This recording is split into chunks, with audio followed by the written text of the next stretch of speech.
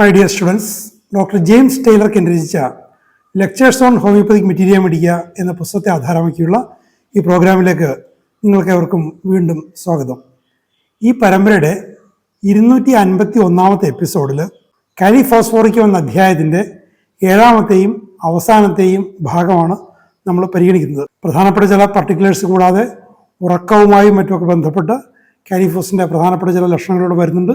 നമുക്കവ പരിശോധിക്കാം. പിൻഭാഗമായിട്ട് ബന്ധപ്പെട്ട് മുതുക്, നടു ഈ ഭാഗങ്ങളുമായിട്ട് ബന്ധപ്പെട്ട് ഒട്ടനവധി ലക്ഷണങ്ങൾ ഇതിലുണ്ട്. എല്ലാത്തരം വേദനകൾ, തളർച്ചകൾ, ചൊറിച്ചൽ, പരുക്കൾ ഒക്കെ ഇതിലുണ്ട്. അതിലൊരു പ്രധാനപ്പെട്ട ചില കാര്യങ്ങൾ മാത്രം നമുക്ക് എടുത്തു പറയാം. ബാക്ക് ഫീൽസ് കോൾഡ്, പിന്നെ ഒരു തണുപ്പിൻ്റെ അനുഭവം. Pain in the back during rest ameliorated by motion, വെറുതെ ഇരിക്കുമ്പോൾ പിന്നിൽ മുതുകിൽ വേദന, നടുവേദന, തണ്ടലിൽ വേദന എന്നൊക്കെ പലതരത്തിൽ പറയുന്ന കാര്യം. അത് ചലനം കൊണ്ട് അത് ശമിക്കുന്നു. റെസ്പിറേഷൻ അഗ്രവേറ്റ്സ്, ശ്വാസം കഴിക്കുമ്പോൾ വർദ്ധിക്കുന്നു. ഇതുപോലെ നട്ടലിൻ്റെ പല പല മേഖലകളിലും ഇതേപോലെ വേദനകളും ഒക്കെ ഉണ്ട്. ഏറ്റവും മുകളിൽ നിന്ന് കീഴെ കോക്കിക്സ് വരെ ഒക്കെ ഉണ്ട്. സ്കാപ്പുലയിൽ, തോളലുകളിൽ വേദനയുണ്ട്.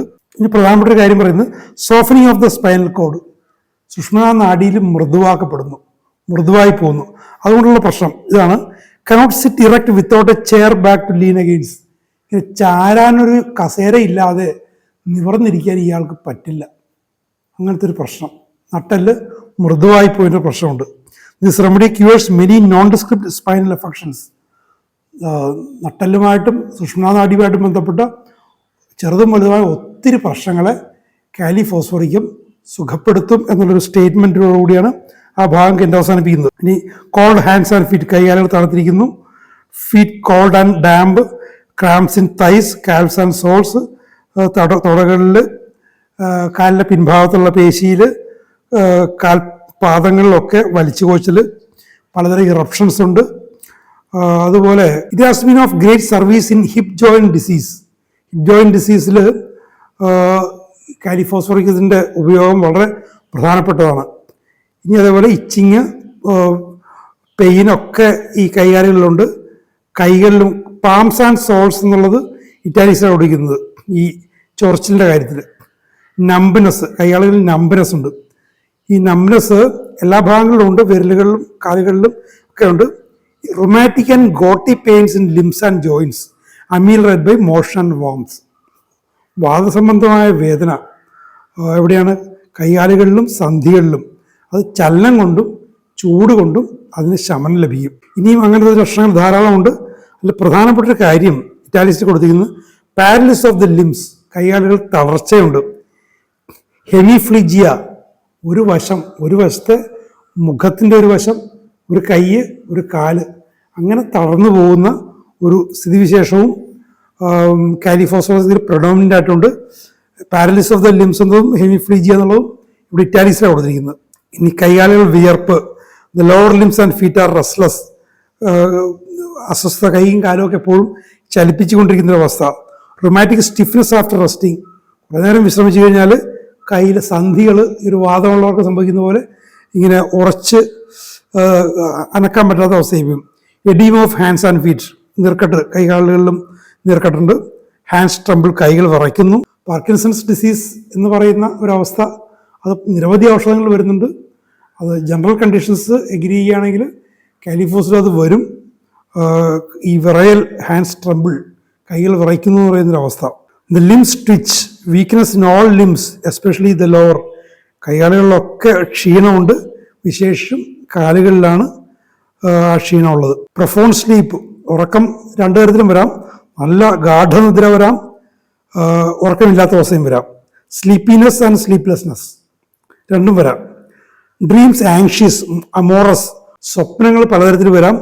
വളരെ ഉത്കണ്ഠ ഉണ്ടാക്കുന്ന സ്വപ്നം, ലൈംഗിക കാര്യങ്ങൾ സ്വപ്നമായിട്ട് കാണൽ, വീഴ്ച, ഭയമുണ്ടാക്കുന്ന സ്വപ്നങ്ങൾ, നഗ്നനാക്കപ്പെട്ടു അല്ലെങ്കിൽ നഗ്നയാക്കപ്പെട്ടു എന്നുള്ള സ്വപ്നം, തെരുവിലൊക്കെ നടക്കുമ്പോൾ അല്ല പൊതുജനമധ്യരായിരിക്കുമ്പോൾ പെട്ടെന്ന് നഗ്നമാക്കപ്പെട്ടു എന്ന തരത്തിലുള്ള സ്വപ്നം. നൈറ്റ് മെയർ, ദുസ്വപ്നങ്ങൾ. Vivid night terrors in children, കുട്ടികളുടെ രാത്രി ഉറക്കത്തിൽ ദുസ്വപ്നങ്ങൾ കൊണ്ട് ഞെട്ടി എഴുന്നേക്കൽ. അതിൽ ബോറാക്സുമായിട്ട് കമ്പാരിസൺ പറഞ്ഞിട്ടുണ്ട്. Restless nervous and hot in sleep. ഉറക്കം അസ്വസ്ഥമാണ്, നാഡികളൊക്കെ ആകെ വലിഞ്ഞു മുറുകിയിരിക്കുന്നു. ചൂട്, ഉറക്കത്തിൽ വല്ലാത്ത ചൂട്. സ്ലീപ്പ് ഓൺ ദ ബാക്ക്, നിവർന്ന് കിടന്ന് നടുനിവർന്ന് കിടന്നാണ് ഉറങ്ങുന്നത്. സ്ലീപ്പിനെസ് ഏർലി ആൻഡ് ഈവനിങ്, സായാഹ്നത്തിൽ നേരത്തെ ഉറക്കം തൂങ്ങുന്നൊരവസ്ഥ. ആഫ്റ്റർ ഈറ്റിംഗ്, ആഹാരം കഴിച്ച ശേഷം അത് വർദ്ധിക്കാം. Sleeplessness after midnight after mental exertion, അർദ്ധരാത്രി കഴിഞ്ഞാൽ ഉറക്കമില്ല. മാനസികമായ അധ്വാനം വന്നു കഴിഞ്ഞാൽ ഉറക്കമില്ല. ആഫ്റ്റർ എക്സൈറ്റ്മെൻറ്റ്, എന്തെങ്കിലും ഉത്തേജിതാവസ്ഥ വന്നു കഴിഞ്ഞാൽ ഉറക്കമില്ല. ആഫ്റ്റർ വെക്സേഷൻ, എന്തിനെക്കുറിച്ച് ആകെ മനപ്രയാസം, വ്യഥ ഉണ്ടായിക്കഴിഞ്ഞാൽ ഉറക്കമില്ല. സ്ലീപ്ലെസ് വിത്ത് സ്ലീപ്പിനെസ്, ഉറക്കമില്ലായ്മയും ഉറക്കത്തിൻ്റെ ആധിക്യവും. Waking early as from fright, ഭയപ്പെട്ടാണെന്ന പോലെ നേരത്തെ കൊണ്ടിരുന്നു. വാക്കിംഗ് ഇൻ സ്ലീപ്പ്, ഉറക്കത്തിൽ നടത്തം. വെരി ട്രബിൾസം യോണിങ്, കോട്ടുവായട്ടിൽ വലിയ പ്രയാസമാണ്. ചിലപ്പോൾ കോട്ടുവായ വരിൽ ഇടക്ക് നിന്നു പോവും, അങ്ങനത്തെ ഒരു അവസ്ഥ. Chill morning, afternoon, noon, afternoon, evening. Chilliness in the open air in bed, അപ്പോൾ കുളിരും പനിയൊക്കെ കാലിഫോസ്ഫറസിൽ വരുന്നുണ്ട്. ഉച്ചക്ക് മുമ്പ്, ഉച്ചക്ക്, ഉച്ച കഴിഞ്ഞൊക്കെ വരുന്നുണ്ട്. തുറന്ന വായുവിൽ കുളിര് വരുന്നു, കിടക്കാൻ നേരത്ത് വരുന്നു.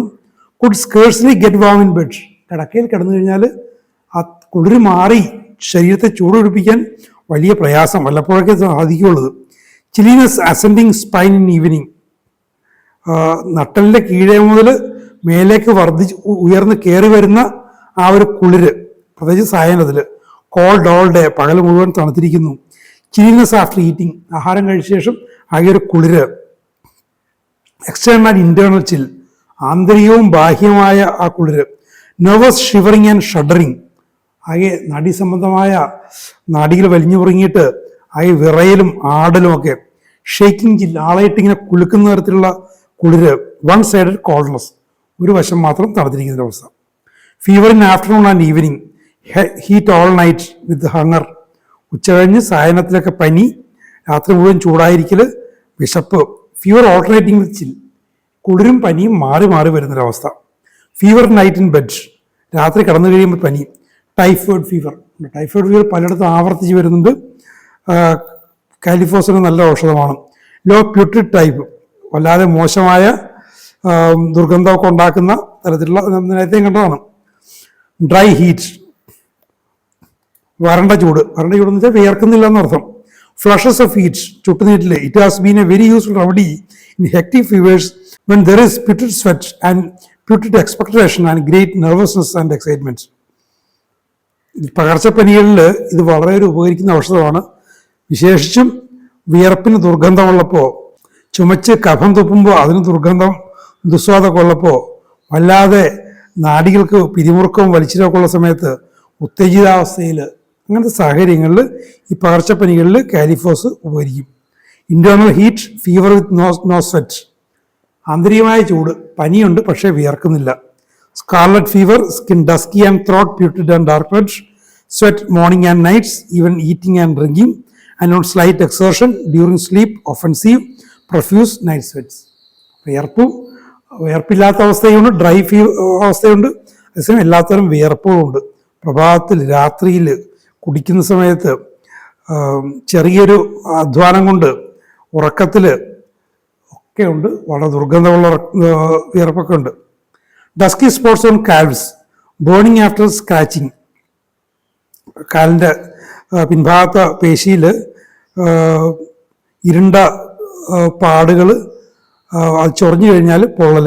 The skin is cold jaundice dry, തണുത്ത് മഞ്ഞപ്പിത്തം വന്നതുപോലെ വരണ്ടിരിക്കുന്ന തൊലി. Eruptions moist and the moist is bad smelling, ചെറിയ പരുക്കളും കുരുക്കളൊക്കെ ഉണ്ടാകുമ്പോൾ അതിൽ നിന്ന് വെള്ളം വരാം, അതിൽ നിന്ന് ആ വരുന്ന വെള്ളത്തിന് ദുർഗന്ധമുണ്ട്. Herpes, eruptions, itching, pimples, psoriasis, scabies, urticaria, vesicles, bloody, ichorous. തൊലിയിൽ എല്ലാത്തരം പരുക്കളും വർണ്ണങ്ങളും ഒക്കെ ഉണ്ട്. സോറിയാസിസ് എന്ന് പറയുന്ന അവസ്ഥയെല്ലാം ഉണ്ട്. ഈ സോറിയാസിസ് എന്നൊക്കെ പറയുമ്പോൾ അല്ല ഭയപ്പെടേണ്ട കാര്യമൊന്നുമില്ല, നിരവധി ഔഷധങ്ങളുള്ളതാണ്. പേഷ്യൻറ്റിൻ്റെ ജനറൽ കണ്ടീഷൻ, കോൺസ്റ്റിറ്റ്യൂഷണൽ സ്റ്റേറ്റ് യോജിക്കുന്ന ഒരു ഔഷധം കിട്ടിക്കഴിഞ്ഞാൽ സോറിയാസിസ് ആയാലും ശരി, ക്യാൻസർ ആയാലും ശരി, അതിനെ സുഖപ്പെടുത്തും എന്നുള്ളത് തർക്കമറ്റ സംഗതിയാണ്. It has cured erysipelas that was almost gangrenous with putrid order.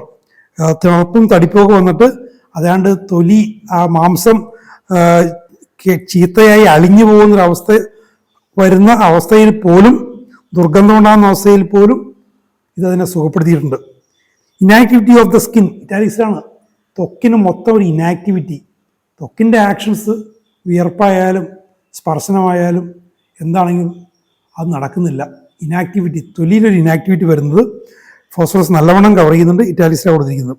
Etching, crawling, stinging in skin, പുഴുങ്ങിരിക്കുന്ന പോലെ, ചൊറിച്ചിൽ, കുത്തുന്ന പോലുള്ള അനുഭവങ്ങളെ കൊണ്ട് വെരി സെൻസിറ്റീവ് സ്കിൻ, ത്വക്ക് വളരെ സെൻസിറ്റീവ് ആകാം. ഇനാക്ടിവിറ്റി ഉണ്ട്, സെൻസിറ്റിവിറ്റിനെസ്സും ഉണ്ട്. Ulcers, burning, offensive, even putrid with yellow discharges, മഞ്ഞ സ്രവങ്ങളോട് കൂടിയ വ്രണങ്ങളും ചൊറിച്ചിലും എല്ലാത്തരവസ്ഥകളിലും എല്ലാത്തരം സ്ഥിതിവിശേഷങ്ങളിലും ത്വക്കിലുണ്ട്. കാലിഫോസ് മെൻ്റൽ സിംറ്റംസ് മാത്രമുള്ള ഒരു ഔഷധമല്ല, വളരെ വിപുലമായ പ്രയോഗം തളർവാദത്തിൽ, പക്ഷാഘാതത്തിൽ, അർബുദത്തിൽ, ടൈഫോയിഡ് ഫീവറിൽ, പലതരം പകർച്ചപ്പനികളിൽ, സോറിയാസിസിൽ, അങ്ങനെ ഒട്ടെല്ലാ അവസ്ഥകളിലും മറ്റേത് ഔഷധത്തെയും പോലെ പ്രയോഗസാധ്യതയുള്ള ഒരു ഔഷധമാണ് കാലിഫോസ്ഫോറിക്കം. അത് ശരിയായ രീതിയിൽ പ്രയോഗിച്ചാൽ നിരവധി രോഗികൾക്ക് സൗഖ്യം കൊടുക്കാൻ നിങ്ങൾക്ക് സാധിക്കും. നല്ലവണ്ണം അത് പഠിക്കുക. അടുത്ത എപ്പിസോഡിൽ നമ്മൾ കാലി സിലിക്കേറ്റം എന്നുള്ള അധ്യായം ആരംഭിക്കുകയാണ്. നമുക്ക് തുടർന്നും കാണാം. Thank you very much for watching.